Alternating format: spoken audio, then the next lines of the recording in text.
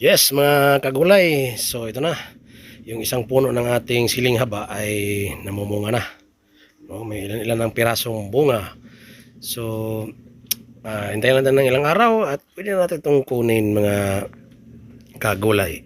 So sa kabilang bahagi yan mga kagulay, yung mga kasama niya gulay. So nasusunog yung mga talbos niya kasi sa sobrang init siya, naglulukot-lukot yung mga talbos. So ang ginawa ko dyan mga kagulay ay silbi pinutol natin kasi yun ang magkukos ng sakit sa mga puno. So pinutol natin yung mga talbos para mag-generate sa ulit yan ng mga shoot.